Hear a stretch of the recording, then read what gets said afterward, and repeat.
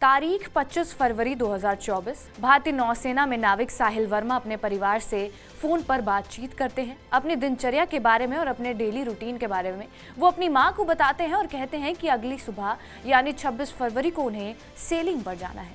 लेकिन कुछ ही दिनों बाद 29 फरवरी को साहिल के घर वालों को ये खबर मिलती है कि साहिल शिप से ही लापता है और उनके लिए सर्च ऑपरेशन चालू कर दिया गया है। लापता नौसेना नाविक साहिल वर्मा 27 फरवरी से भारतीय नौसेना के जहाज से लापता हुए हैं और उनकी अब तक कोई भी खबर नहीं मिली है।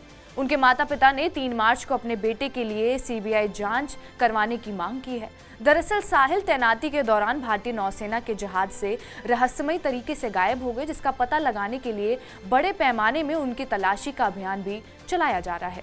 लेकिन इसके बावजूद भी अभी तक उसका कोई भी पता नहीं चल पा रहा है। साहिल वर्मा के माता पिता सुभाष चंद्र और रमा कुमारी जम्मू के घो मनहासन इलाके के रहने वाले हैं। हाल ही में उन्होंने प्रधानमंत्री नरेंद्र मोदी, रक्षा मंत्री राजनाथ सिंह, गृह मंत्री अमित शाह और जम्मू कश्मीर के उपराज्यपाल मनोज सिन्हा से अपने बेटे की तलाशी के मामले में हस्तक्षेप करने और उनके बेटे को सुरक्षित वापस लाने की मांग की है। सुभाष चंद्र ने मीडिया से बातचीत के दौरान ये भी कहा है कि यह हैरानी वाली बात है कि एक सैनिक अपने नौसैनिक जहाज से लापता हो गया और उसका पता ही नहीं चल पा रहा है। उन्हें बताया गया है कि जहाज पर लगे सीसीटीवी कैमरों में से किसी को भी समुद्र में ये देखते हुए नहीं मिला कि साहिल समुद्र में गिरे हैं।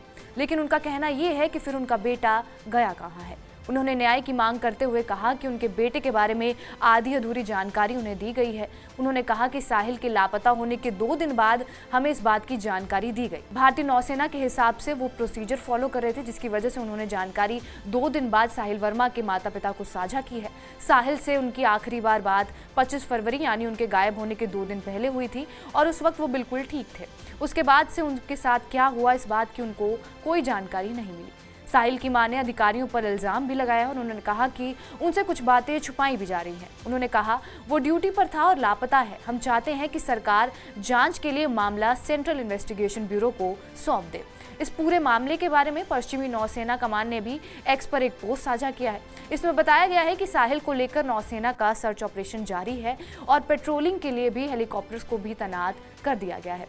बहरहाल अभी तक साहिल की तलाश जारी है। आपका इस वीडियो पर क्या कुछ कहना हमें कमेंट बॉक्स में जरूर बताएं। बाकी देश और दुनिया की तमाम बड़ी खबरों के लिए जुड़े रहे हमारे साथ TV9 भारतवर्ष पर। नमस्कार, मेरा नाम था रिया शर्मा।